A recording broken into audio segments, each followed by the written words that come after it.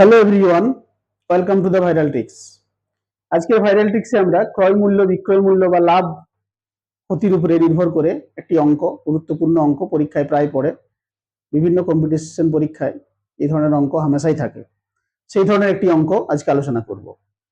কি সেই অঙ্ক? না, এক দোকানদার টাকায় 7টি লেবু কিনে টাকায় কটি লেবু বিক্রি করলে মোটের উপর তার 75% লাভ হবে। অঙ্কটা শুনতে খুব গন্ডগোলে বা একটু জটিল মনে হবে, কিন্তু সমাধানের প্রসেস খুব সহজ আছে বা টেকনিক সহজ টেকনিক আছে, যার সাহায্যে আমরা খুব বেশি চিন্তা ভাবনা না করেই সহজেই করে নিতে পারবো। কি সেই টেকনিক? দেখা যাক। না, সে 7টা লেবু কিনেছে।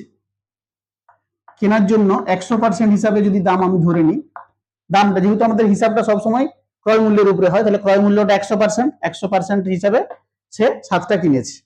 বিক্রি করার সময় সে কি বিকছে? 75% লাভ রেখে বিকছে, মানে বিক্রয় মূল্যটা হয়ে যাবে 175%। এরপরে আমি ধরে নেবো যে সে লেবু বিক্রি করবে কটা? এক্সট্রা।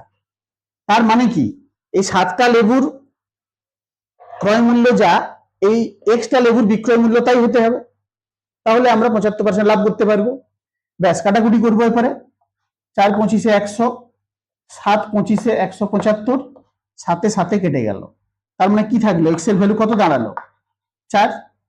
অর্থাৎ তাকে টাকায় 4টি লেবু বিক্রি করতে হবে, টাকায় 7টি কিনতে হবে আর টাকায় 4টি বিক্রি করতে হবে, তাহলে কিন্তু সে 75% লাভ করতে পারবে। কি অঙ্কটা কি খুব কঠিন হলো? মোটেই নয়, খুব সহজে আমরা কম সময়ের মধ্যে সমাধান করে দিতে পারলাম।